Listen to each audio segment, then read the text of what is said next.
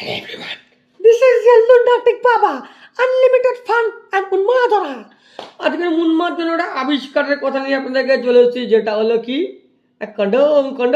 যার আনন্দ তো সবাই নেন, কিন্তু যে সম্বন্ধে কথা বলছে ভয় পান বা আজ পর্যন্ত কেউ হয়তো ভিডিও বানাননি যে আবিষ্কারটা কে করেছে। আর আবিষ্কারটা উন্মাদজনক কেননা 1564 সালে ইতালির চিকিৎসক গ্যাব্রিয়েল ফ্যালোপিও প্রথম যখন আবিষ্কার করে, লোকে কিন্তু তাকে পাগল বলেছিল এবং তখন এটা আবিষ্কার হতো কি পশুর চামড়া।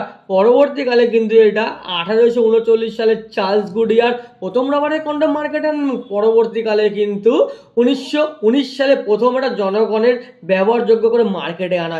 সর্বপ্রথম লুব্রিকেট কন্ডম কারা মার্কেটে আনেন এবং কন্ডমের ব্যবহার বিধি নিয়ে গুগলে কারা পোস্ট করেন তারা হলো ডিউরেক্স। তো big thanks to Durex, big thanks to me যে এত সুন্দর ইনফরমেশন আপনার জন্য কিন্তু নিয়ে এলো। অ্যান্ড 1991 সালে প্রথম কিন্তু মেয়েদের ব্যবহারযোগ্য কন্ডম আবিষ্কার করা।